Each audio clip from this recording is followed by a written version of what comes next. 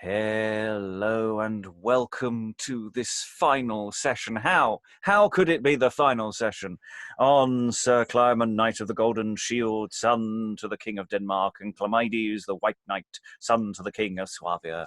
How could we have reached the fourth installment of this exciting enterprise as we find out about the history of these two valiant knights and conclude this quest, this tale, this romance, this thing that has gripped us for 3 whole sessions? How are we going to manage that? Well, just sort of one word at a time. I think basically that's how it's going to go. We have, as ever, a wonderful team of people reading parts today. So who do we have?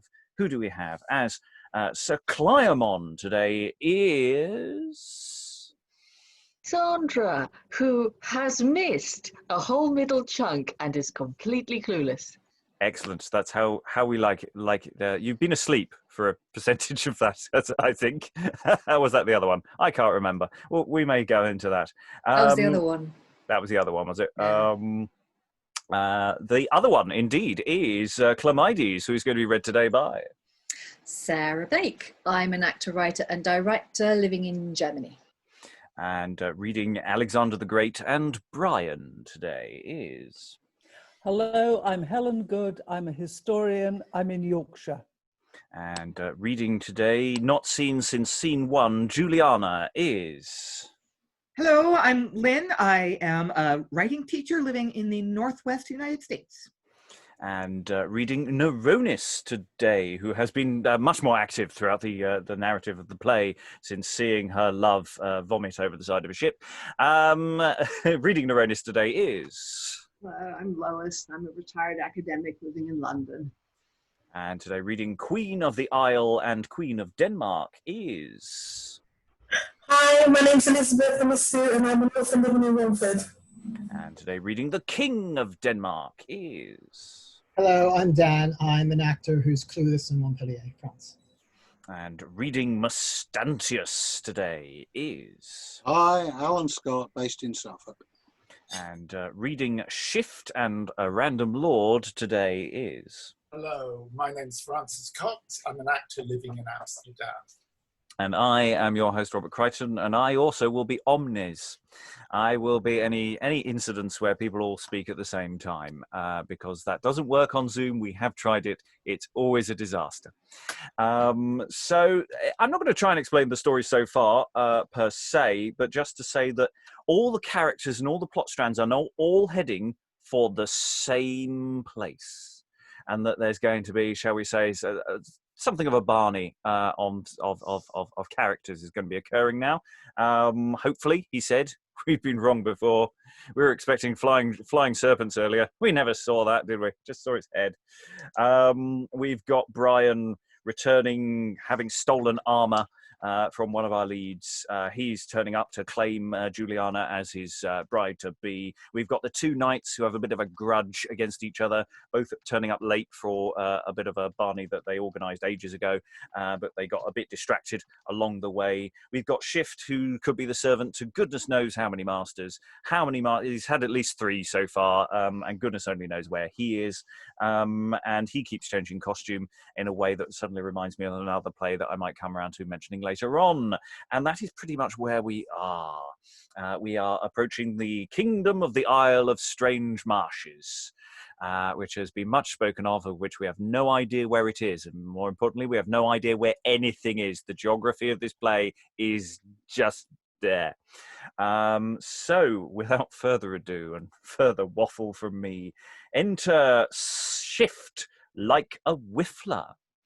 Room there for a reckoning. See, I beseech you, if I'll stand out of the way. Jesu, Jesu, why do you not know that this is the day that the combat must pass for Mustantius and the Queen?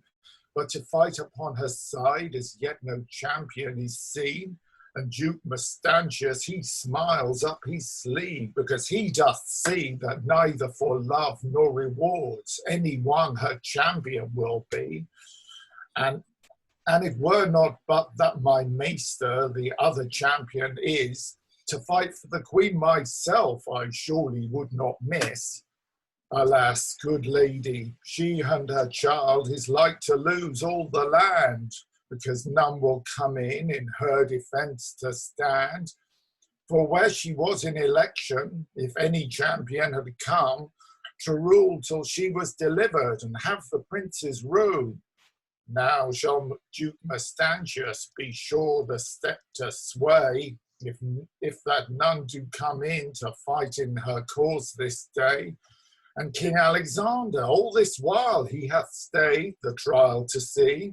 Well, here they come, Rome for the king. Here's such thrusting as of women as it grieveth me. And we'll just briefly pause there before all the people come in. So we stated he's dressed like a whiffler, which is basically crowd control. We've literally the other day we were looking at some civic pageantry, and the whiffler will budge people out of the way and generally keep control of the crowd. So that means he may have a massive piece of a massive sparkler, which he can use to sort of thrust in at people to set on fire anyone who doesn't get out of his way, which means he should have quite a firm aesthetic that people would know because they would have seen it at various official occasions where you need to get citizens to move. So yeah, and he helpfully just sort of briefly re-outlines the plot for us of what's going on in this section. That was really helpful because I had really glazed over the whole Duke Queen thing going on. So any thoughts on the plot where we are now that we've just briefly had element recapped? Alan? A costuming point for him at this stage. High-vis jacket and a pig cap. Yeah, something like that would work for a modern dress. Sarah? I'm just astounded because this whole plot line with Mustantius and the Queen, so far, the only time we've ever had it has been in recaps. Yeah. We haven't actually seen any of it. So I suppose it's building up the suspense because now I assume we are finally going to get to actually see what's going on there. It is interesting that the shift just keeps coming on. You know, the last time he came on dressed very brave. I don't know whether he's just slowly going up in the world and you know and taking on different roles, which again does remind me of another play, which I'm trying to dredge out my memory what it was. But yeah, Francis. Yeah, I just think it's interesting that Shift is taking on this role, and I'm wondering, has somebody appointed him, or has he just decided to do this of his own accord, you know? Yeah. But, you know, he's got a job. He can't be asked to do anything else now, so it's fine. He's just doing crowd control. Yeah, don't ask me to do anything else while all the fighty stuff is going on. But his master his current master is one of the champions. Ah, right, yeah. The known champion at this stage. But wouldn't he be, I don't know, helping on Clamydes? Is his Clamydes at this point, who's his master? Wouldn't he be helping him on with his armour, or, I don't know, polishing his sword or something? Maybe, but not noticeably. He couldn't do the exposition then. I mean, it's a nice little effect of him going through and sort of get out of the way, get out of the way. Yeah. Important scene's going to happen now. There's going to be a scene and everything. Acting. Anyway, let's get into the scene because I did stop us precipitately, but I wanted to just get a sense that we all got our heads screwed on. So the Whiffler moves everybody out of the way, all those thrusting of women. Oh, it depresses Shift enormously. Interesting. Anyway, enter King Alexander, the Queen, Mustantius, two lords, and Clamydes like a champion. Oh, Alexander, lo behold, before thy royal grace, my champion here at pointed day I do present in place. Well, Sir Duke, in your defence, is he content to be? Yea, worthy prince, not fearing who encounter shall with me, although he were with Hercules of equal power and might, yet in the cause of this same Duke, I challenge him the fight. I like your courage well, Sir Knight. What shall we call your name? Clamydes, son to the Suavian king, O prince. So hight the same.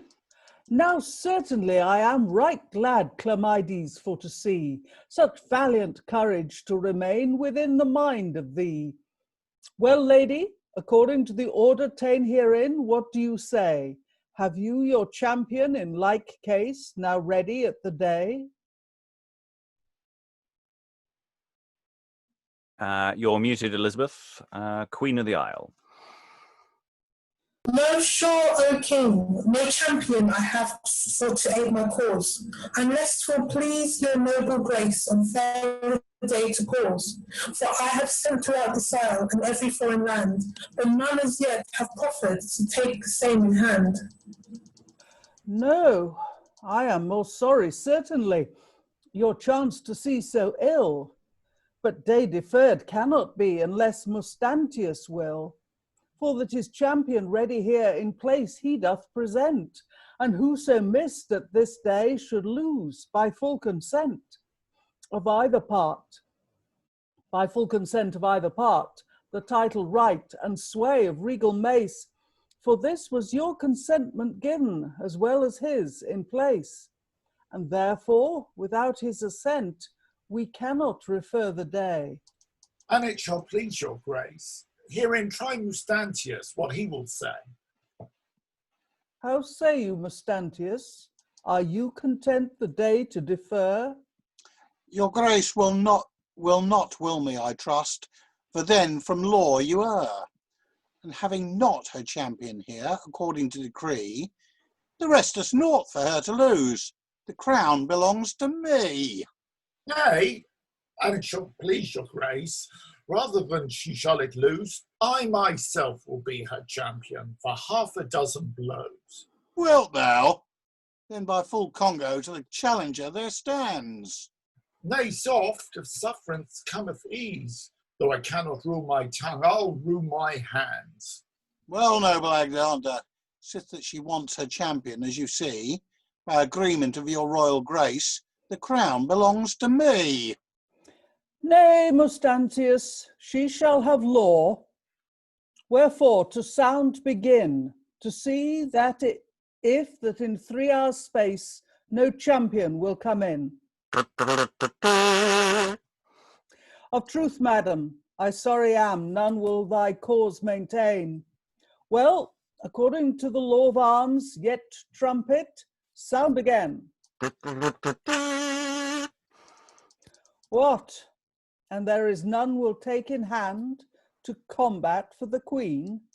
Faith, I think it must be me. I must do the deed, for none yet is seen. O king, let pity plead for me, here in your gracious sight, and for so slender causes this, deprive me not of right. Consider once I had to spouse a prince of royal fame, though now blind fortune sworn at me, her spite I needs must blame. And though I am bereft, O king, both of my child and mate, your grace and agreement may procure, consider of my state. And suffer not a widow queen with wrong oppressed so, but pity the young infant's case wherewith, O king, I go. And though I suffer wrong, let that find favour in your sight. Why, lady, I respect you both, and sure would, if I might, entreat Mustantius thereunto, some such good order frame, your strife should cease, and yet each one will please it with the same. I know your grace may him persuade, as reason wills no less. Well, Sir Mustantius, then your mind to me in brief express. Will you unto such order stand here limited by me, without deferring longer time? Say on if you agree. In hope your grace my state will weigh, I give my glad consent. And for to end all discord, say, madam, are you content? Yea, noble king. Well then, before my nobles all give ear unto the king. For swaying of the sword and mace, all discord to beat down, the child, when it is born, we elect to wear the crown. And till that time, Mustantius, you of lands and living here, like equal part in every point, with this the queen shall share.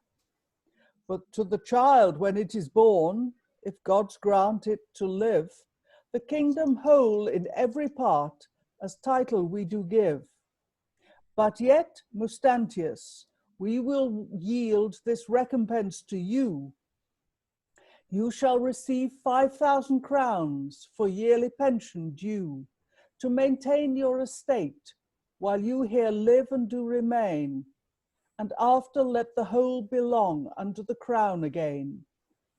Now say your minds, if you agree.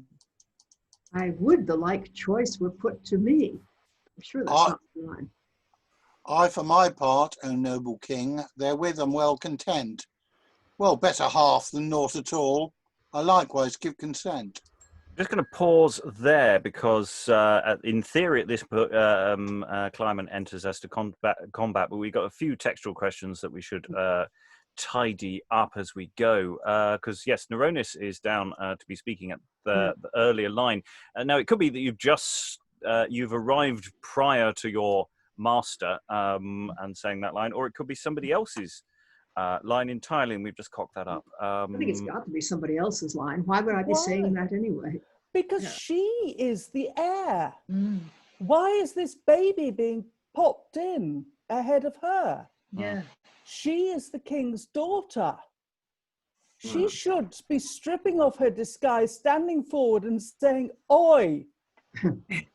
Yeah, it's a slight miss. The problem is because she hasn't actually had an entrance technically at this point, and in fact, I don't think she ever does get one. So she's entering just slightly ahead of Clyomon, who's just about to enter now. Is sort of my thought. But that last line, well, better half than naught at all. I likewise give consent. Is the queen? Must be. Mustantius says yes, and then the queen says yes. That makes sense. Yes, that does indeed make sense. Yeah. Okay. Yeah. Lots of interesting questions arising here, which I like, but I make a note for future reference. Let's dig a little into the actual text of what's going on. I quite like Shift's sort of, I don't know if it's an oh shit moment, but it's sort of going, is no champion turning up? Oh God, it's not going to be me, is it? I didn't read it like that. I read it like he was actually like, oh God, I need to do the right thing here. Like he was like building himself up to it. Like, I don't know. I thought that was like quite genuine on his part, actually. Shift? Genuine? Yeah, I know. Unexpected, but I thought that was quite interesting. And I love the fact everyone was just ignoring him. He was like, oh, maybe I should do it. And then blank. Well, he's only the crowd control. Yeah, Helen. I assumed that he wasn't saying it out loud. He was saying it was an aside. And that they, in fact, never hear a word that Shift is saying because he's saying it to the audience and not to them. Yeah. But if it's an aside, then it's sincere, right? By the rules of... Yeah. But he does seem to actually be talking to other people during the scene earlier. Yeah. He does say, nay, and it shall please your grace, rather than, he says your grace rather than shall it lose. I myself will be her champion for half a dozen blows. And they just completely ignore him. But they don't hear him. Oh, right, okay. I don't know. There is, it is that question. Are the royalty people listening? I mean, I love the fact it's a 3 hour space. It's not like there's any particularly terrifying clock countdown here for how quickly anyone turns up. Yeah. It's like, we will wait for the trumpets to blow. The champion will appear. 3 hours. Okay, we've got a buffet standing by. Well, awkward pause. Also, they collapse time by having the trumpets immediately. Yeah, I don't know if that's collapsing time or just, it's just actually 3 hours seems a bit long, too generous, regrets. Anyway, Alan. I'm just wondering whether Shift is being ignored because he's not one of the posh lot. Oh, yeah, I think that's quite possible. Lois. Yeah, I think you get quite a nice comic effect. Everybody turns and looks at him and then immediately turns away. Let's forget about that one. The queen, oh God, is this what I'm reduced to? Yeah, everyone just looks at him. Yeah. and then carries on talking. We don't deal with peasants here. Yeah, and then Alexander comes up with a sort of judgment of what the plan B is, you know, or how this all plans out if no champion occurs. I think that's just Alexander just trying to mark time because, you know, this whole event's been very badly scheduled. Breakdown of what Alexander's actually saying here, what the overall political things going on here, because I think we should explicate a little that for the audience at home. What's actually happening in this scene? Why are they fighting? What's happening to the Queen of the Isle? Lynn's got her hand up. Oh, yeah, sorry, Lynn. Sorry, I didn't see. Oh, so at first, my first thought with Neronis' line, I would like choice were put to me, is maybe that shift aside. I wish they were going to pay me 5,000 crowns to not be king. Yeah, that sounds more like it. Ah. It is the problem is that she hasn't entered yet. Yeah. It refers to this character as Page, not Neronis. It was labeled Neronis because I think we were assuming that Page is Neronis, but not necessarily. Page can shift. Or for that matter, random Page. Yeah. Page. Yeah. There's nothing to stop shift from how it can be a choice whether he's doing asides or whether he's just being ignored, because there are certainly many other circumstances where there are sides and it's not indicated in the text that they are. Nobody wanted to take me up on what's going on in this scene. Okay, I'll tell you. Helen, you do it. No, Helen. No, I've said far too much already this time. You go. Okay, well, there was this dude who was the king, and he died of grief. And so then there was his widow who's got a baby. She's also got an elder daughter, but for some reason she's been written out of the picture entirely when it comes to the inheritance. And then Mustantius, I think, is the brother. Is that right? The brother of the so he's like the uncle of the heir. And he's like, well, I'm going to be king because, you know, that the heir is a baby and you're a woman. Like, so neither of you count, so I'm going to be king. And the queen's like, no, dude, that is totally out of order. So then they have this kind of like challenge, and that whoever wins is going to get the kingdom. But then the queen doesn't have a champion. Mustantius does, but the queen doesn't. And how Clamydes ended up as Mustantius's champion, no one has explained that really. But anyway, never mind. It just happened. It just happened. So what's Alexander's compromise then? So they're waiting for the champion. So then Alexander is like, oh God, I have to organize everything around here. So he's basically said, I think I've got this right, that like, you know, the heir is the heir. So the heir has got to inherit, but as the heir's a baby, you, Mustantius, can rule until the heir comes of age. Is that the life expectancy of that heir? Oh no, Helen's disagreeing. Yeah. And he gets some money. Helen. No, I think the rule is split. The Queen and Mustantius are going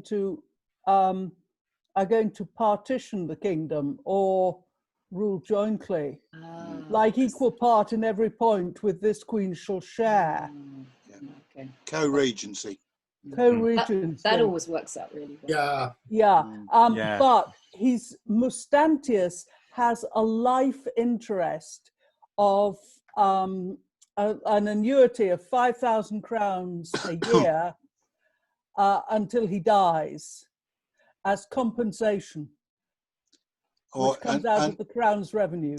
And until the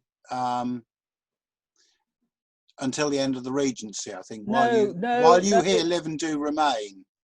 Yeah, because that's what during life.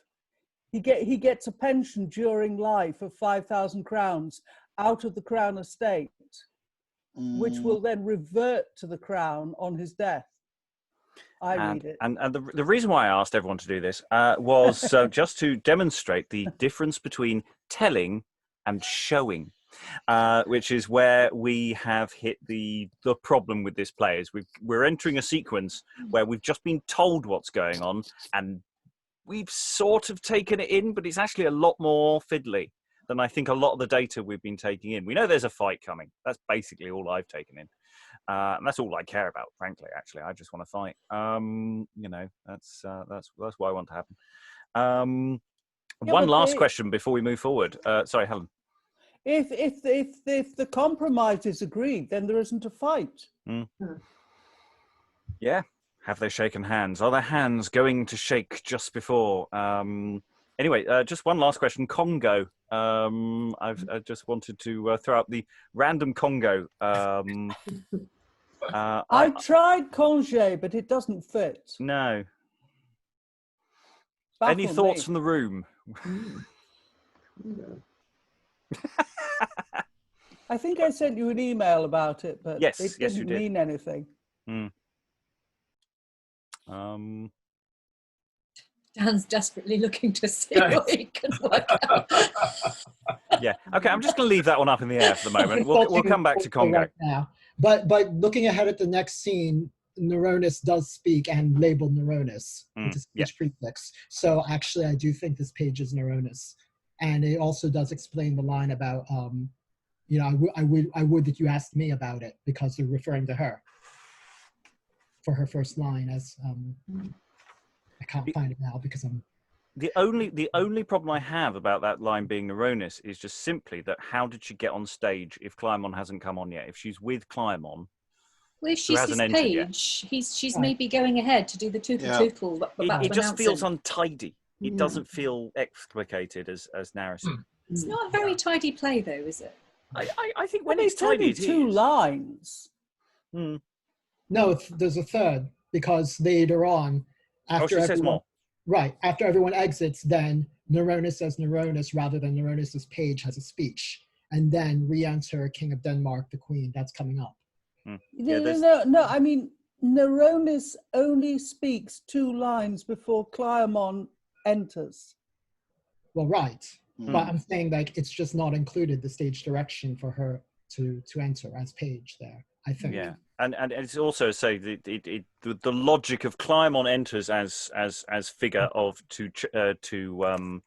as a champion. It seems slightly odd that she sort of sneaks on. It's not tidy.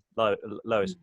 Normally, when Neronis comes on, she sort of says, "Now here I am disguised as a shepherd," or "I'm about to go off and disguise as a page." I mean, because she's trying to keep the audience aware of just who she is at this point. And I would have thought she ought to have some line that would say that you know, she's now back as Clyomon's page. Since the last time we saw her, I think she was a shepherd, wasn't she?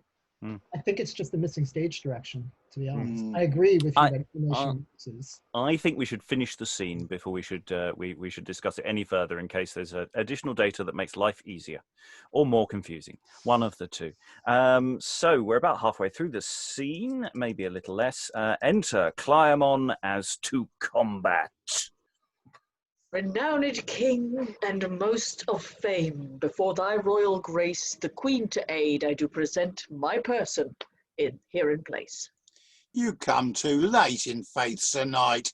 The hour and time is past. Your hour I am not to respect. I entered with the blast. What? Prince Cox? Is it you are come to combat for the queen? Ha! Good fortune now. I hope ere long your courage shall be seen. And sure I count my hap as good to meet with you, Sir Knight. Come according to our promise made. Prepare yourself to fight. I knew you well enough, sir, although your shield were hid from me. Now you shall feel me as well as know me, if hand and heart agree. Stay, Sir Knights. I charge you not in combat to proceed. For why the quarrel ended is, and the parties are agreed. And therefore we discharge you both, the combat to refrain. Heavens, therefore, O noble king, thy happy shield remain. O king, although we discharge from this contention now, Betwixt us twain there resteth yet a combat, made by vow, which should be fought before your grace. And since we here be met, to judge twixt us for victory, let me your grace entreat. For what occasion is your strife, Sir Knights? First let me know. The truth thereof, renowned king, thy servant he shall show.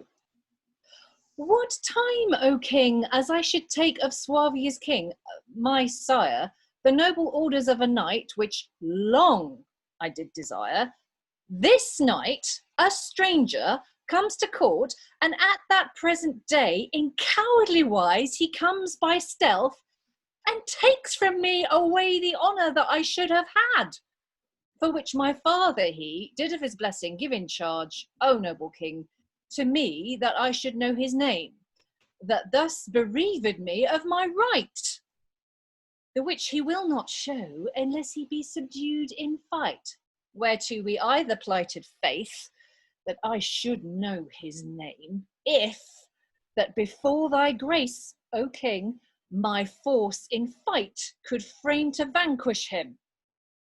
Now, having met thus happily together, though they are agreed, our combat rest decreed ere we came hither. Are you that knight that did subdue Sir Samuel in the field, for which you had in recompense of us that golden shield? I am that knight, renowned prince, whose name is yet unknown, and since I foiled Sir Samuel, some prowess I have shown. Then, as I guess, you are that knight by that same shield you bear, which sometime was restored to health within our palace here, by Neronis our daughter, she betrayed by Norway king. I am that knight indeed, O queen, whom she to health did bring, whose servant ever I am bound wheresoe'er that she be, whose enemy, O queen, is slain pursuing her by me. Know you not where she abides, Sir Knight, to us declare? No, certes, would to gods I did, she should not live in care, but escaped from the Norway king, I am assured she is. Well, her absence was her father's death, which turned to bale my bliss. And till I find her out again, my toil no end shall have. Alas, he is nigh enough to her, small toil the faith doth crave.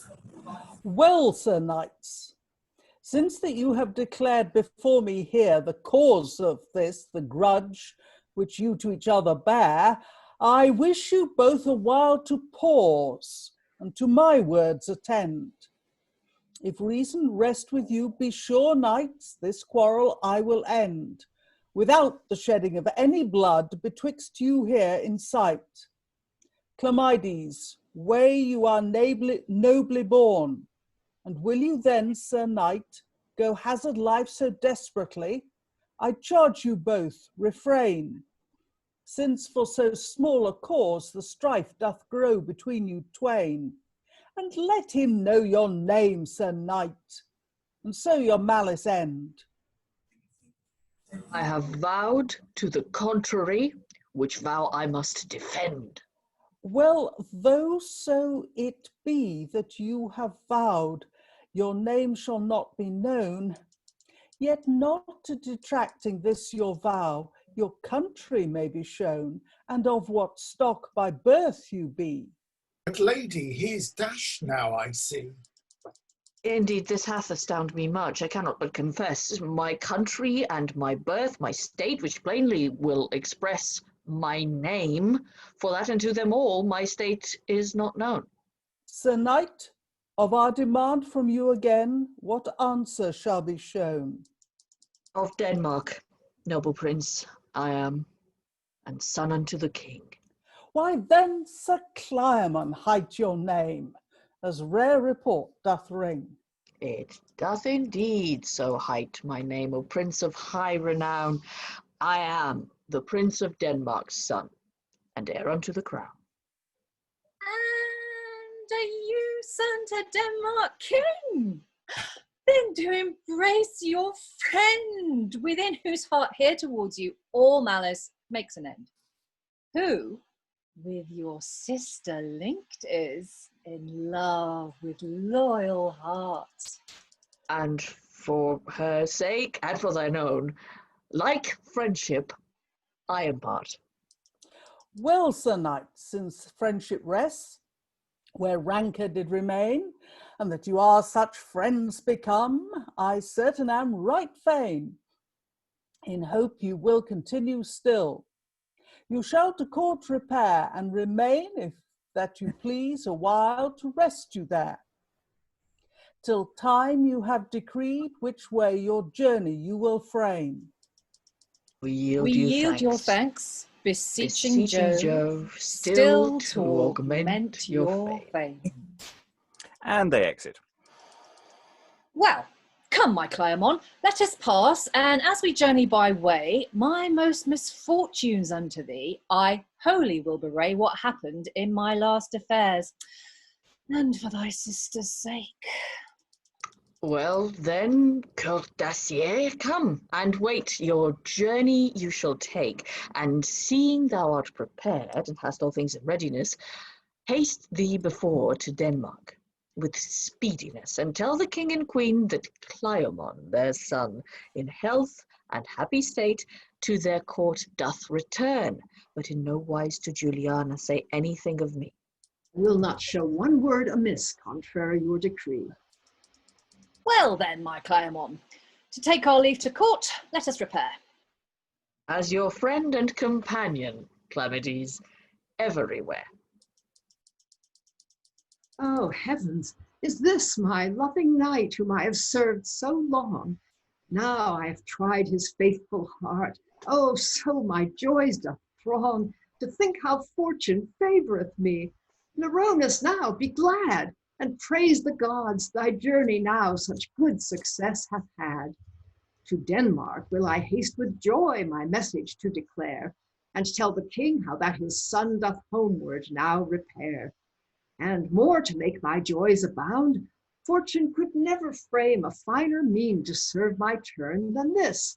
For by the same I may unto the queen declare my state in secret wise, as by the way I will recount how best I can devise. Now pack, Neronis, like a page, haste hence, lest thou be spied, and tell thy master's message there. The gods my journey guide. And last exit there, everyone's sort of exiting in little sectionettes. So once again, we are thwarted. We have expectations of flying serpents. No, that doesn't happen. We have the expectation of kidnapping. It does not happen. We are waiting for the big grudge match, and they just fall into brotherly love. Bastards. Thoughts, Lois? Well, I just noticed that I'm pretty sure that I was supposed to have that line that says, when Clyomon is saying he's dying to find Neronis, the only person who could possibly know that she's only a short distance from him is Neronis. So I think she must be the one who says that. You'll have to quote the line. Okay, right. Back to, it's quite a bit back in this scene now. I've got it. Yeah. Alas, he is nigh enough to her small toil, that's the space doth crave. Bottom of my page 46. Oh, yeah. Yeah. Agreed. Yes, I was going to point that out. That's an aside by Neronis. All right. She's sense. Near enough. Yeah. So. Yep. Good. Other thoughts, Elizabeth. Is there supposed to be a trial by combat here? Yep. And there's supposed to be two champions, one for the queen and another one for the king. Well, Mustantius, the Duke. Yeah. Sadly, diplomacy worked. Okay. Don't you just hate it when negotiations are successful? So much anticlimax. Like, yeah. It's interesting. It's a deliberate anticlimax. I'm really interested about this. You know, all this build-up, and then we keep not getting things. Francis. Yeah, I'm just wondering, is this whole subplot of Duke Mustantius and the Queen, and and his supposed subterfuge. I mean, are we done with that now? Well, there's only one scene left. It's quite a long scene. Right. But just to point out, there's only one scene left. Yeah. I mean, everyone, you know, they now know who Clyomon is. You know, he's given away his name, and everyone's happy. I mean, we should be joyous. You know, war and death and murder has been averted through people sitting down and talking. I think totally this is implausible. Yeah, this is a wonderful thing, people. I'm really working uphill here. Alexandra. Just the simple logic. I found it hilarious how Clyomon gets logic bombed in such an easy way, right? You can't give your name. Okay, just tell us your country and parentage, because we'll figure out your name from that. As he immediately realizes, and then he realizes it and goes, yeah, okay, this is yeah, okay. Helen, I saw a hand earlier. Yeah, I was reading Alexander, and I felt that he was the only adult in the room. And that he was getting increasingly impatient. Yes. I mean, he was having to suck his teeth quite a lot as he laid it out for them slowly and carefully. Well, he's the only one who's not from a story. You know, he's going, right, okay, this is all a story, people. This is how the real world in theory should work. Alan. Yeah, I was just thinking with Alexandra, I can't remember if Alexandra was in for the session when we decided that Clyomon was never going to actually get an invite to appear on Mastermind. Yeah, tricked by logic of narrative. It's interesting also, Alexander's, you know, there's mention at one point, I think, about how, you know, he's still not gone home. You know, that's why he never makes it back to Macedonia. He got trapped in this story, and that's why he you know, he actually died of old age. We just didn't notice because he fell into the land of fiction. Sarah's hand I've seen. You're muted at the moment. So I am. It does occur to me that, okay, you would lose a nice little bit of small business with Shift, but you could actually cut out the entire subplot there, you know, with the who's going to rule the kingdom, and nobody would notice. You know, the knights could just turn up at Alexander's like they said they were going to. Okay, they're a bit late, and they're like, oh, we're going to fight each other. And all of that other stuff, all of that exposition about, oh, the king dying and the queen's bereft and the evil brother wants the... Just, you could just take all of that out. I think we can look at how edits like that might function better once we've seen the final scene to see how we resolve certain issues, whether that's plausible or not. Helen. As we're saying goodbye to Alexander, it's probably a point to... I looked him up a bit to see where this came from, and he has an enormous medieval afterlife, has Alexander. At one point, he invents a submarine and goes underwater with a cat and a rooster. As you do. And the rooster is so that he can tell the time. Love that. I don't know. I mean, I got that from a very dubious source. Social media, I think. What a pity nobody did a play about Alexander. I mean, wouldn't that be great? Well, I think it's the shame they don't survive. I think there are references. I seem to recall, yeah. Well, there is at least. He does turn up in something else. I'm sure he does. But what? Anyway, I'm having one of those days. I'm still trying to drag out another reference from my head, which is not happening. So, oh well, it's a Friday.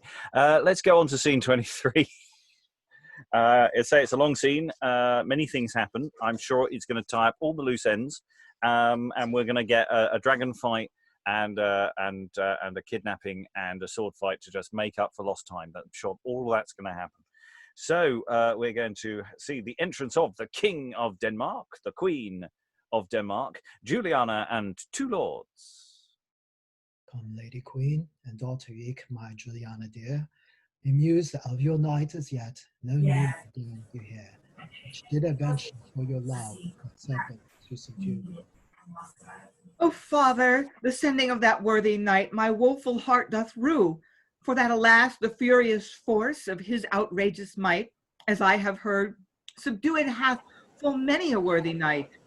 And this last night, O father past, my mind was troubled sore. Methought in dream I saw a knight not shown to me before, which did present to me the head of that same monster slain.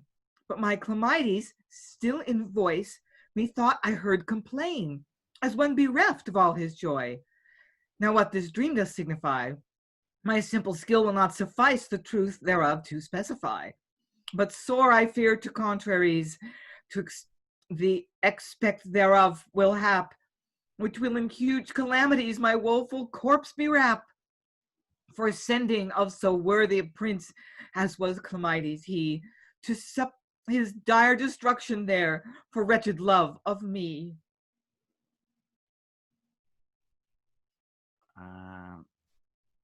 Tush, daughter, these the fancies be which run within your mind. Let them, for to suppress your joys, no place of harbour find. O princes, let no Dolores daunt. Behold your knight in place. A happy sight do I behold my Clamydes' face. Yes, for indeed now quick change from the Lord as he... no, it's a completely different person, thankfully. Enter Bryan sans foy with the head on his sword. Well, I have, at last, through travel long, achieved my journey's end. The Bryan, yet Clamydes' name, I stoutly must defend. Ah, happy sight! The king and queen with daughter in like case I do behold. To them I will present myself in place. The mighty gods, renowned king, thy princely state maintain. Syr Clyomon, most welcome sure you are to court again. O princess, lo, my promise here performed thou mayest see. The serpent's head, by me subdued, I do present to thee before thy father's grace.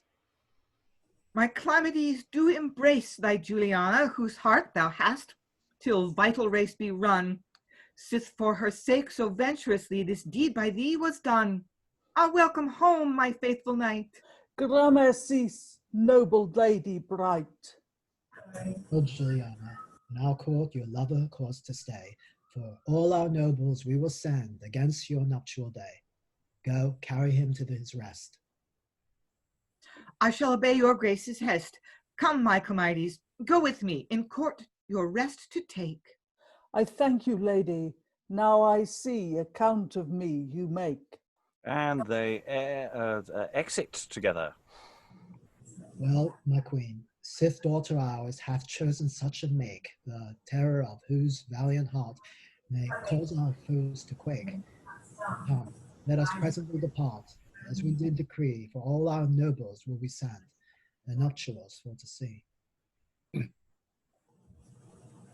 As pleaseth thee, thy lazy queen, O king, is well agreed. May it please your graces to arrest, for lo with posting speed, a messenger doth enter place. Then will we stay to know the case. And enter Neronis.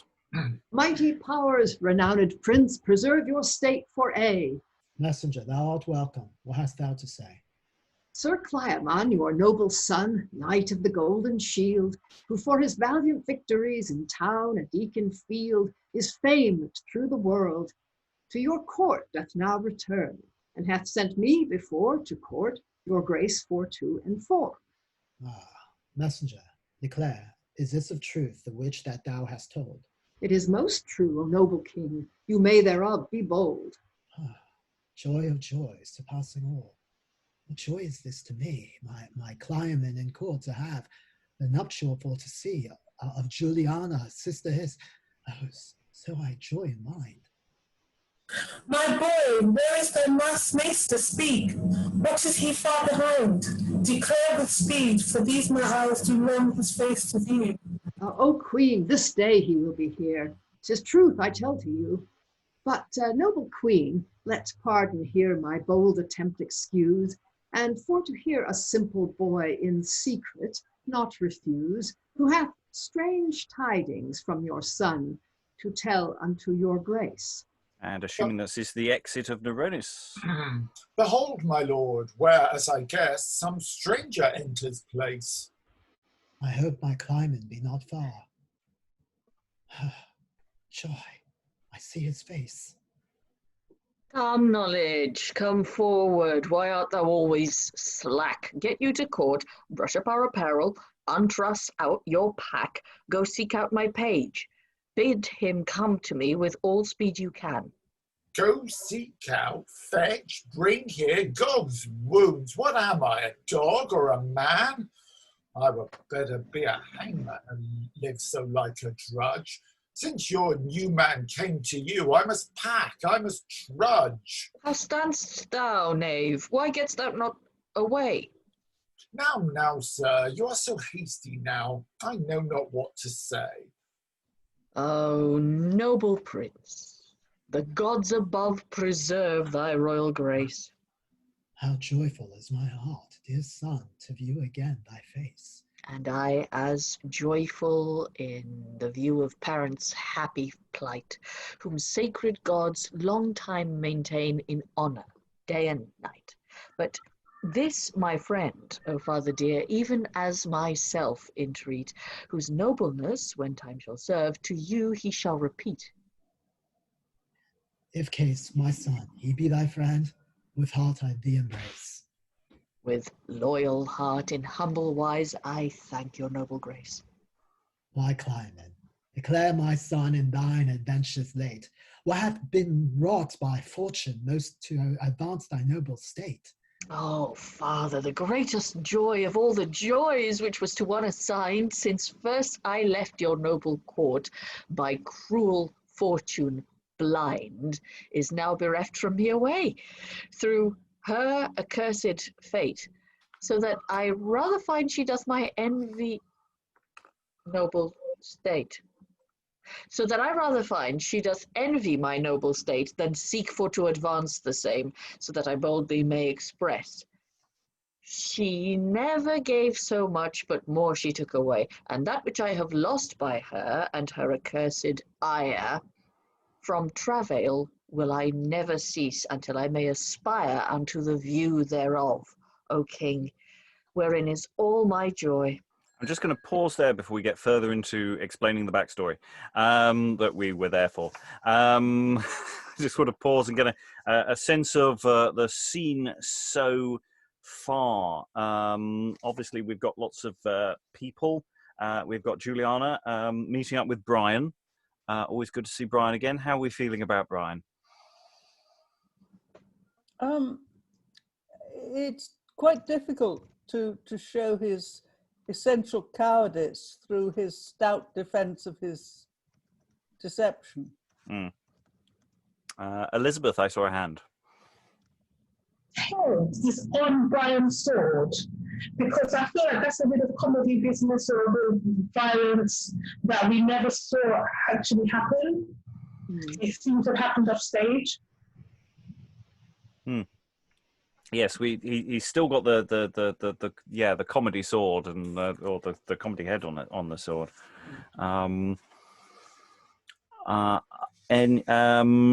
Any other thoughts about Bryan? Who's Alan?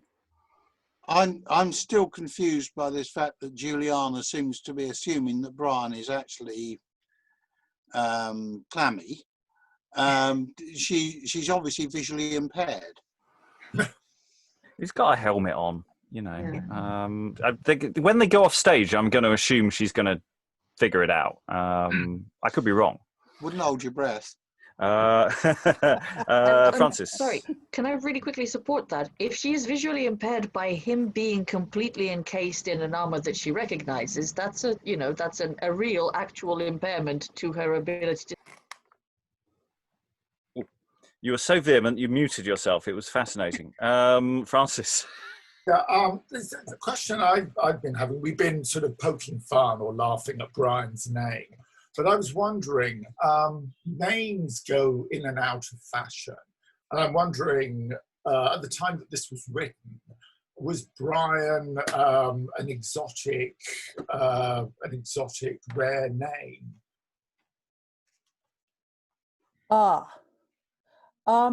It wasn't a very common name, but it wasn't massively. I mean, there were Bryans, but there were very, very few of them.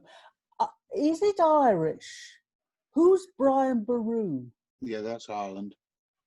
I think Bryan is O'Brien is an Irish name. So yes, I mean this. I mean, we could have a whole new field for racist slurs here. But he's got the French surname. Yeah. Yeah, but they're all foreigners. Right.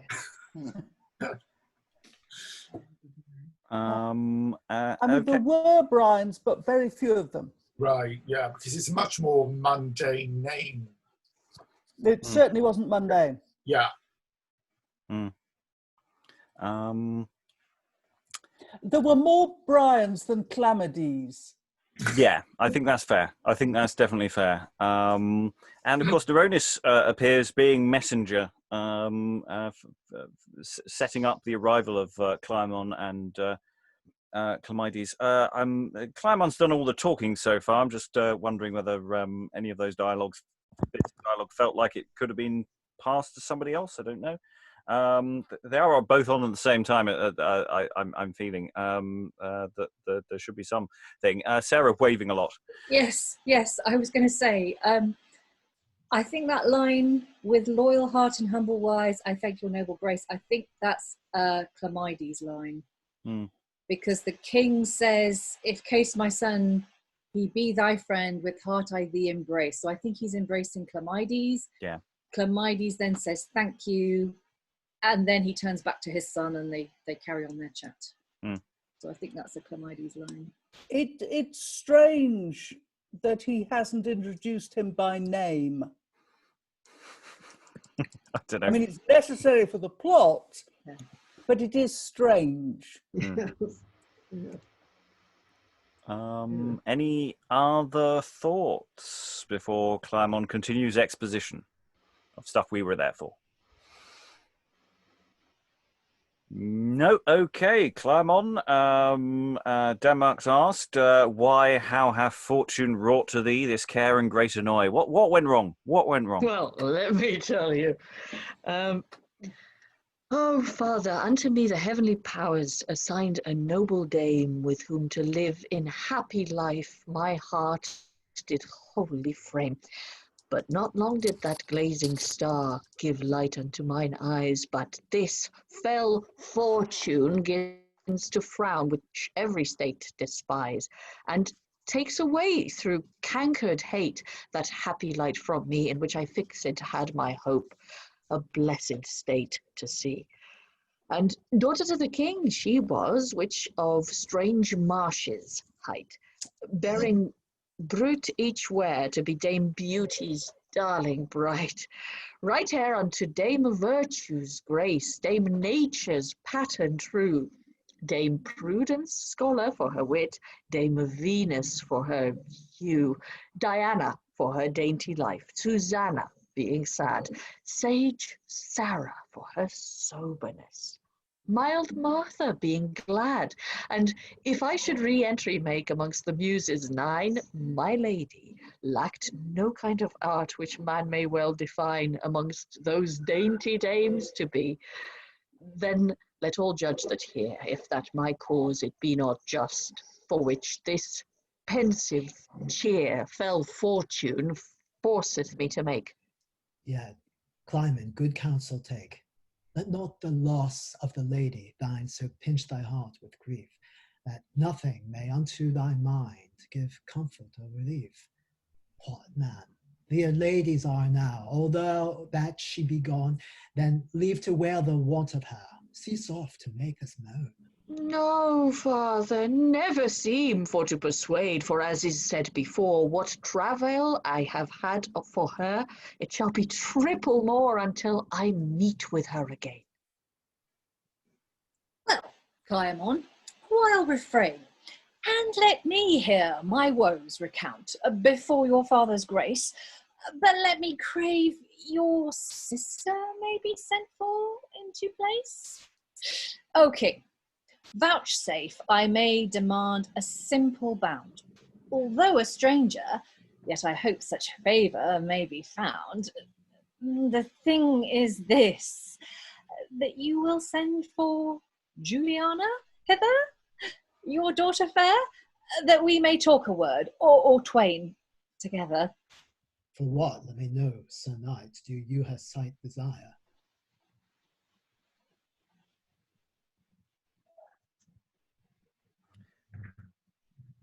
The cause pretends no harm, my liege, why he doth this require.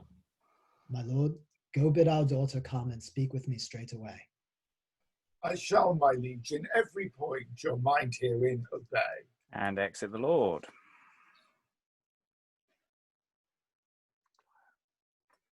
I'm having a technical difficulties whereby my text just seems to be running away from me. Oh, father, this is Clamydes? Yes. Oh, father, this is Clamydes, and son to Suavia king, who for my sister ventured life the serpent's head to bring, with whom I met in travail mine, but more what did befall to work his woes when, as she comes, your grace shall know it all. Son, you are deceived much. Are you assured in this? The person whom you term him for in court already is. No. I think that's Clyomon. No, father, I am not deceived. This is Clamydes, sure. Well, my son, do cease a while such talk to put in error. For lo, thy sister entereth place, which soon the doubts shall end. Is that me or is that you? I'm not sure. That is you. It looks like you, yeah. Okay. Then for to show my name to her, I surely do pretend. My Juliana, noble dame, Clamydes do embrace, who many a bitter brunt hath bode since that he saw thy face. And enter Juliana, possibly with Bryan somewhere in the distance. Avaunt, dissembling wretch, what credit canst thou yield? Where's the serpent's head thou brought? Where is my glittering shield? Tush, tush, Sir Knight, you counterfeit. You would Clamydes be, but want of these bewrays you quite, and shows you are not he. And we'll just pause there. So I think that's the point where, yes, the moment he's taken his armor off, she's gone. You are not the droid I am looking for. Whatever Jedi mind trick Bryan has attempted has clearly not worked, and he hasn't really thought this plan through. If he was sort of hoping to get to the wedding ceremony before this moment occurred, he needs a glamour. He needs a glamour. Sarah. I think though the wrong way round. Yeah, I was going to say. I think though she's saying that speech to Clamydes. I don't think she's was saying it to Bryan. Yeah. I think he has put I think Bryan has put a glamour on her, and it's worked. Yeah. Oh right, okay. Yeah. I think. Yeah. So I read it.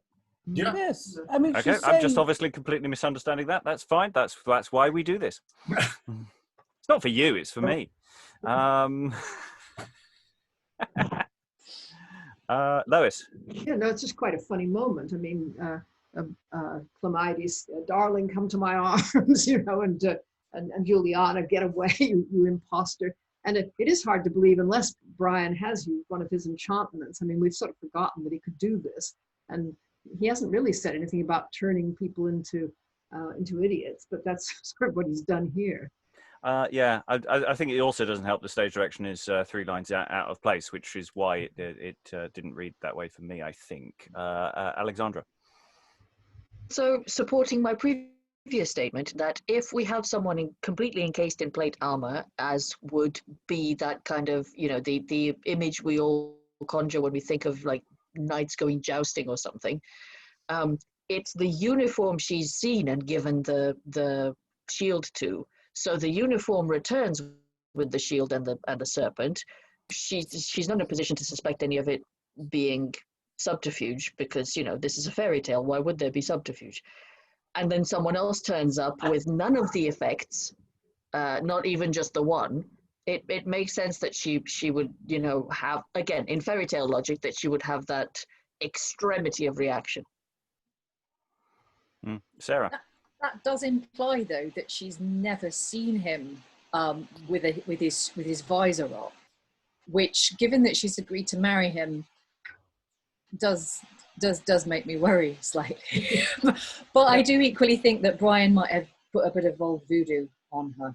Well, I'm just wondering about that first scene, because we were talking about, she likes him, or we were discussing, you know, how much affection she has for him. Maybe this is just what she does with every knight, and actually she's quite bored. Just going, knight number, just take a ticket. Just deal with the serpent. Knight number 73, please. Every night something different. Yeah. And how do I identify? Oh, you've got a shield. Lovely, thank you. There we are. You've got the silver shield. The last one, he got a purple one. And there we go. Lovely. Francis. Yeah, something that struck me about the scene was that when Clyomon was listing Neronis' virtues, he said nothing about her nursing skills after she restored him to health. What? Yes. Okay, any additional thoughts before we move on?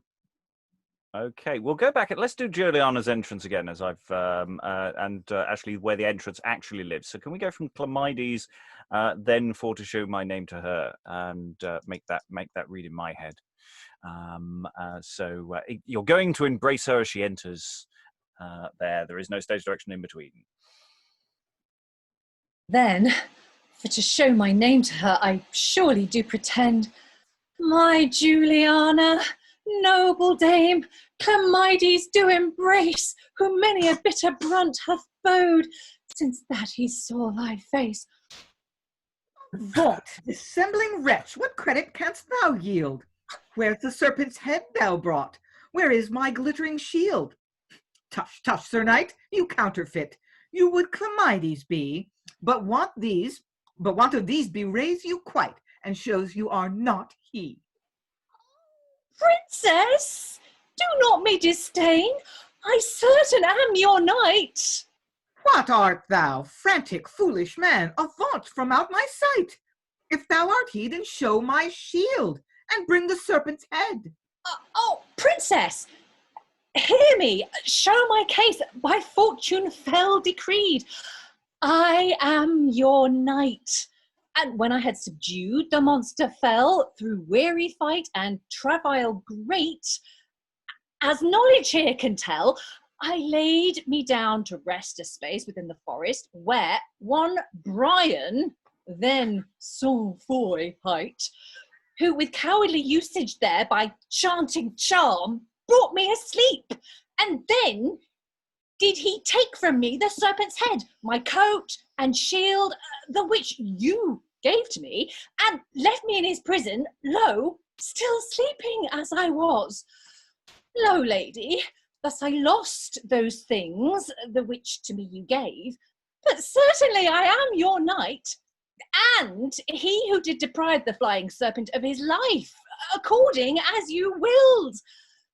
It's that whoso won your love by him, the same should be fulfilled. Alas, poor knight, how simply have you framed this excuse, the name of such a noble knight, to usurp and eke abuse. No, sister, you are deceived. This is Clamydes, sure. No, brother, then you are deceived, such tales to put in your. For my Clamydes is in court, who did present to me in white attire the serpent's head and shield, as yet to see. That shall I quickly understand. O king, permit I may have conference a while with him, who, as your grace doth say, presents Clamydes for to be before your royal grace. Behold, no whit aghast to show himself where he doth enter place. Ah, traitor! Art thou he that doth my name and state abuse? Oh, Sir Knight, you are too bold in presence here, such talk against him for to use. Wherefore dost thou upbraid me thus? Thou varlet, do declare. No varlet he, to call him so, Sir Knight, you are to blame. Wouldst thou perstand for what intent such talk I here do frame? Because I know thou dost usurp my state and noble name. Who art thou, or what's thy name? Answer quickly make. I am Clamydes, whose name to bear thou here dost undertake. Art thou Clamydes? Vaunt thou, false usurper of my state, avoid this place, or death shall be thy most accursed fate. How darest thou enterprise to take my name thus unto thee? Nay, rather how darest thou attempt to usurp the name of me? You lie, Sir Knight, he doth not so. 'Gainst him you have it done. Sister, you are deceived. My friend here is Clamydes, Prince, the King of Suavia. Nay, brother, neither you nor he can me deceive herein. O King, bow down thy princely ears and listen what I say. To prove myself the wight I am before your royal grace, and to disprove this faithless knight, which here I find in place for to usurp my name so much, the combat will I try. For before I will mine honour lose, I rather choose to die. Like well your determined mind, but how say you, Sir Knight? Nay, by his wounds, I'll gauge my gown, he dares not fight. By Gog's blood, I shall be slain now if the combat I deny, and not for the ears of my head with him I dare try. Sir Knight, why do you not re-answer make in trial of your name? I will, O King, if case he dare in combat try the same. Well, then go to prepare yourself, each one his weapons take. Good father, let it not be so. Restrain them for my sake. I may not here behold my knight in danger for to be, with such a one who doth usurp his name to purchase me. I speak not this for that I fear his force or strength in fight, but that I will not have him deal with such a desperate wight. Sure, there is no better way than that which is decreed. Therefore, for to end this their strife, the combat shall proceed. Sir Knights, prepare yourselves the truth thereof to try. I ready am. No cowardly heart shall cause me to deny.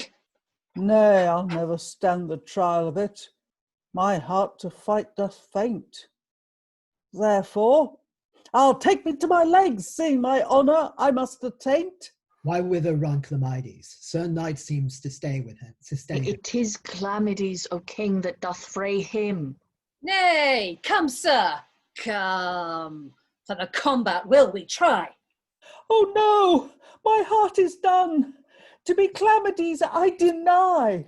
Why, how now, Clamydes? How chance you to the combat here thus shun?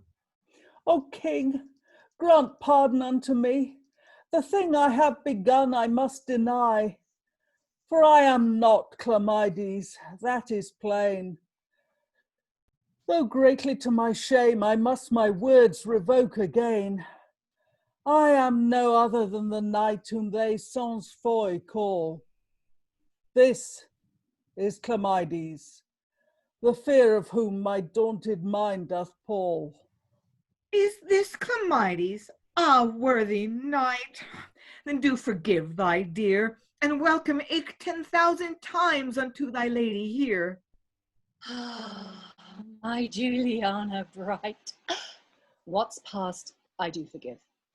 Well I see thou constant art, and whilst that I do live for this, my firmed faith in thee forever I'll repose. Ah, father, now I do deny that wretch, and do amongst my foes recount him, for this treason wrought? Well, knowledge, take him unto thee, and for the small regard the which he had to valiant knights, this shall be his reward.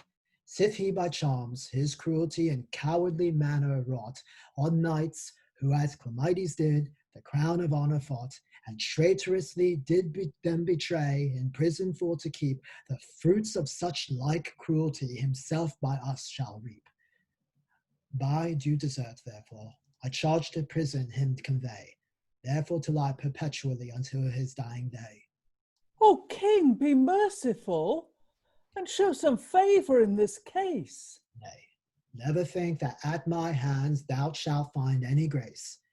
Clamydes, our most welcome thou, our daughter to enjoy, the heavens be praised that this hath wrought to foil all future noise. I thank your grace, that you thus so well esteem of me. And we'll just pause there at what seems to be a misplaced stage direction. Having spoken to Shift, aka Knowledge, earlier, it seems slightly odd that he enters at this point. He must have been probably here the whole time. But there's all sorts of questions of stage directions. So once again, we are promised a fight. And once again, it doesn't happen. This is a whole play of delayed and then thwarted gratification, which seems deliberate. The whole play is functioning on that. I have a theory, but we'll come to that later on because it's probably nonsense. Yeah, Bryan does the honourable thing and immediately skedaddles. Several of his lines are clearly asides, yeah, fun times. I mean, it's almost all over, but you know. Juliana and her love are reunited. Interesting question: how deep that affection can run at this stage. Elizabeth. Yeah, when we did plays like the Battle of Alcazar, and they had this like random violence that was just really over the top, people being strangled, people being just cut down, having their limbs cut off. I always thought it was a bit much, but now I think the play needs something like that. It needs someone to get attacked, remains in some way, to pick it up a bit. It's slowed right down. The threat of violence never came through. I think, yeah, if we put this in place with a repertoire that does feature an awful lot of dismemberment, maybe this is the light relief where the audience feels that relief. I love that idea that we're all begging for the limbs to be chopped off. Lois. Yeah, I think actually that entrance of Shift might be right, because the king tells Shift that, i.e. Knowledge, to take Bryan away to prison. And although it's only a couple of lines that he has to do it, I think that's probably what happens. He takes him off stage and then comes back again. Okay, yeah, okay, that's a good point. So what we're missing is an exit rather than a misplaced entrance. Oh, I like that. Yeah, good. I make a note. Alan. Or it could be that that first line of the king's speech is actually shouted. Knowledge is off stage. Oi, Knowledge, take him out to thee, and for this, you know, basically calling him on to remove the prisoner. I'd say I don't think Bryan says anything else, so I think Lois works. I think that 4 lines for a Knowledge to go off and come back on again seems sufficient. Other thoughts, Helen? How on earth does the King of Denmark know who Knowledge is? He's been about. We've forgotten his name's Knowledge, frankly, by this point. His assumed name is Knowledge. Lynn. And how does he know about the imprisoned knights? I don't remember that exposition ever happened. Play moving too quickly. We're nearly at the end. Don't. That's You're plot holes from the bus later. You're looking for logic in a fairy story. Sorry. I think that's general knowledge, though, that Sir Bryan is in his Forest of Marvels is doing. Okay, how about that? Yes. Just an interesting note. I don't know if the lights changed in Lois's room, but you're currently red. I know, I was noticing that on the screen. I don't know what happened there. Yeah. She's gone all revenge tragedy. Yeah, in disappointment of the lack of blood, we're adding it as a general screen wipe. It might just be the angle of the light or something's shifted. Very odd. It's a white balance thing by the looks of it. Yeah, it's very odd. Anyway, Alexandra. On the subject of looking for logic in this play, I really loved, there was a beautifully illogical moment where Juliana, having so firmly been of the opinion that this guy is the knight, then becomes very firmly of the exact opposite opinion. And this other guy, who actually is the knight, says, what's past I do forgive, for well I see thou constant art. Yeah. I just loved that. Yeah, that made me laugh too. Any other thoughts before we go into the final stretch? Sarah? Just continuing from what Alexandra said there, if I was directing this, I'd be really tempted to have actually Clamydes land a blow on Bryan's jaw, even though they're not supposed to actually fight him. He can maybe just quickly get one in there, and then when he does that, it's like oof, and there's like a shower of stars, and Juliana suddenly comes to, like the spell's been broken, because otherwise she's just extremely dim, and I can't bring myself to. I wonder if most of the characters are enthralled to the conventions of story. Therefore, you're thinking on too psychological a level. Yeah, probably. There is it is certainly tonally a comedy, and there is subversion of genre going on. So it sort of fits, but we could do that. Well, for a modern audience, I don't know. Maybe if it's your production, you can do what you like. Maybe underselling the audience is the ability to. Yeah, I'll just be quiet. No. Your production, you can do. Absolutely. That's all at the moment. All the productions are our productions in our own heads. So, knowledge shift re-enters, perhaps. Wiping his hands of Bryan, and perhaps says what the audience is thinking. What? Is all things finished and every man eased? Is the pageant packed up and all parties pleased? Hath each lord his lady and each lady her love? Why, knowledge, what meanest thou those motions to move? You were best to stay a while, and then you shall know. For the Queen herself comes the motion to show. You sent me, if you remember, to seek out your page, but I cannot find him. I went whistling and calling through the court in such a rage. At the very last, very scarcely in at a chamber I did pry, where the Queen with other ladies very busy I did spy, decking up a strange lady, very gallant and gay, to bring her here in presence, as in court I heard say.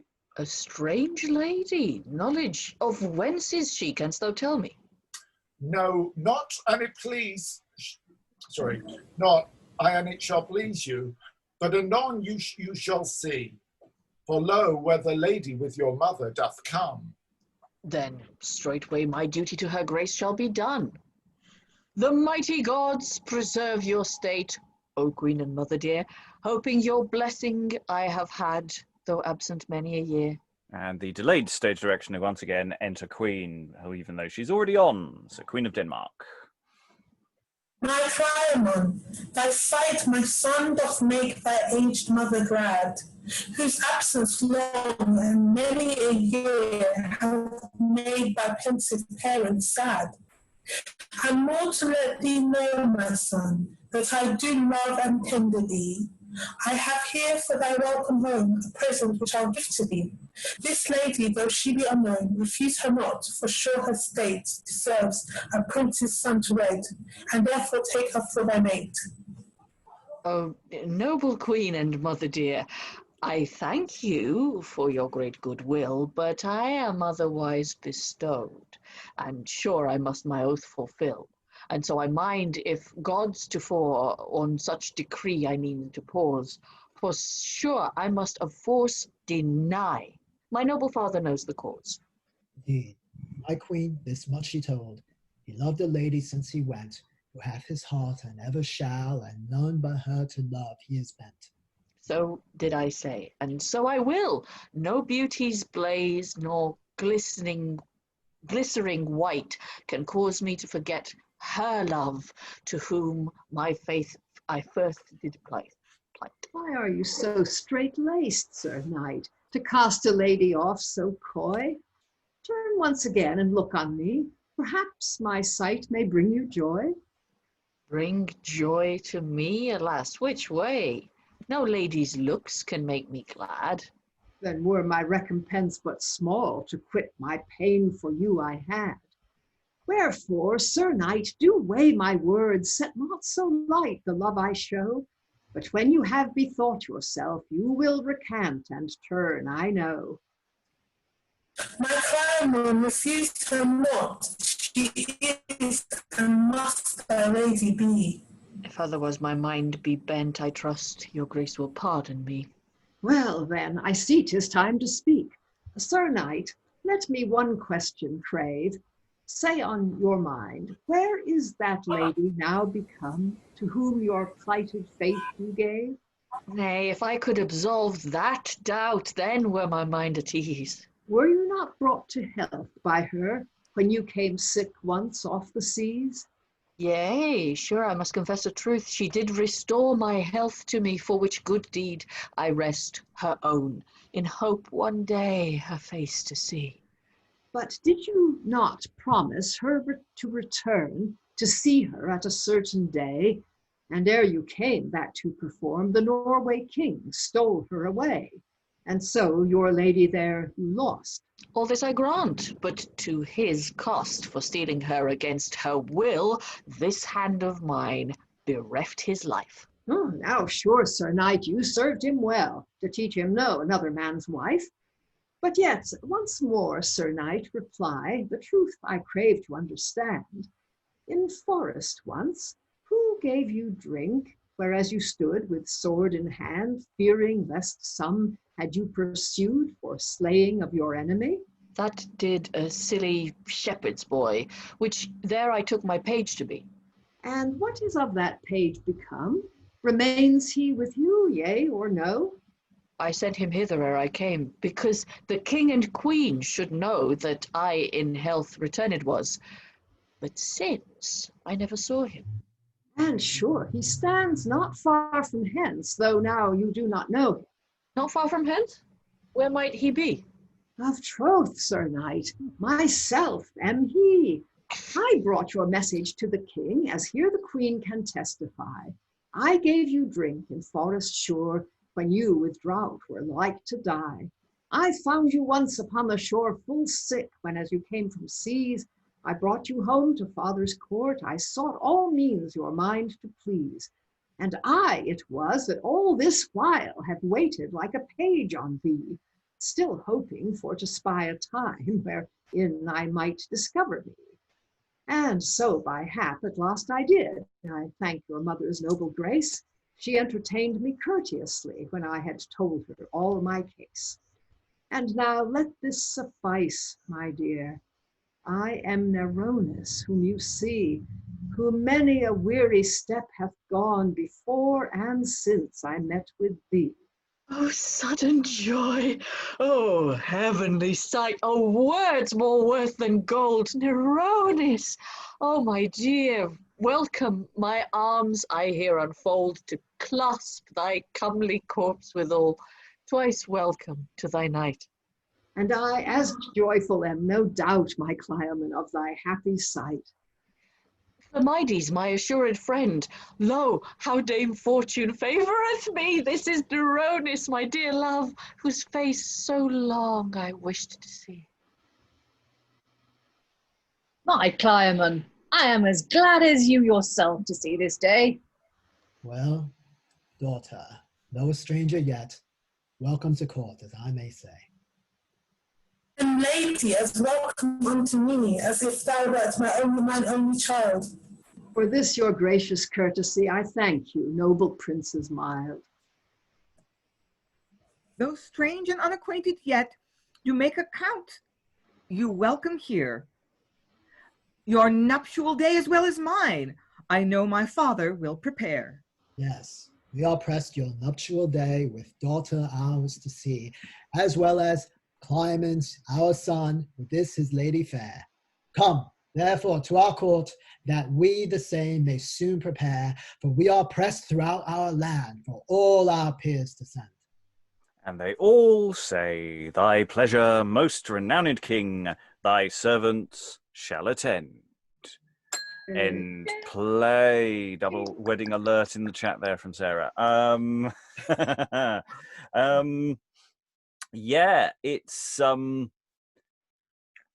yeah, you get all the things are tidied up. I think we can safely say that yes, the subplot that led to the previous or in the previous scene can completely be excised. Yeah. Hmm. It because it doesn't holds no bearing to what happens with Neronis now in this this scene. It's not referred to. It's not like, oh, I won't go back home because I've just been effectively deposed, and it's all been sorted in my absence, and I'm never going to get that. It just doesn't come up, and that's the one part of the play where we've been going, huh? And so yeah, that solves the problem. Excuse me one moment.